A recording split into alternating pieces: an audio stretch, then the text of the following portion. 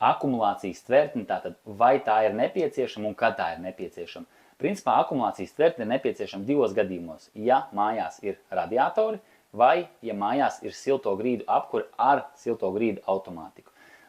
Akumulācijas tvertnes izmērs atšķirsies atkarībā no siltumsūkņa jaudas un konkrētā risinājuma mājās, tātad cik daudz ir radiatori, cik liela daļa no grīdas ir automatizēta. Tātad konkrēts aprēķins jums veiks jūsu uzstādītājs, cik liela tvertne ir nepieciešama. Bet tātad ir gadījumi, ka tā ir nepieciešama, ir gadījumi, ka tā nav nepieciešama. Šajā konkrētajā gadījumā akumulācijas tvertne ir uzstādīta tāpēc, ka otrajā stāvā ir radiatori, lai šie radiatori, tad, kad siltumsūkņa ārā bloks ziemā atkausējās, siltumsūknis šo siltumu paņem tā kā no mājas, no radiatoriem. Lai šie radiatori neatdzistu pa to laiku, kamēr notiek atkausēšanās, siltumsūknis paņem šo ūdeni no akumulācijas tvertnes. Tātad, principā, jūs nejūtat izmaiņas mājas temperatūrā, kamēr notiek atkausēšanās cikls.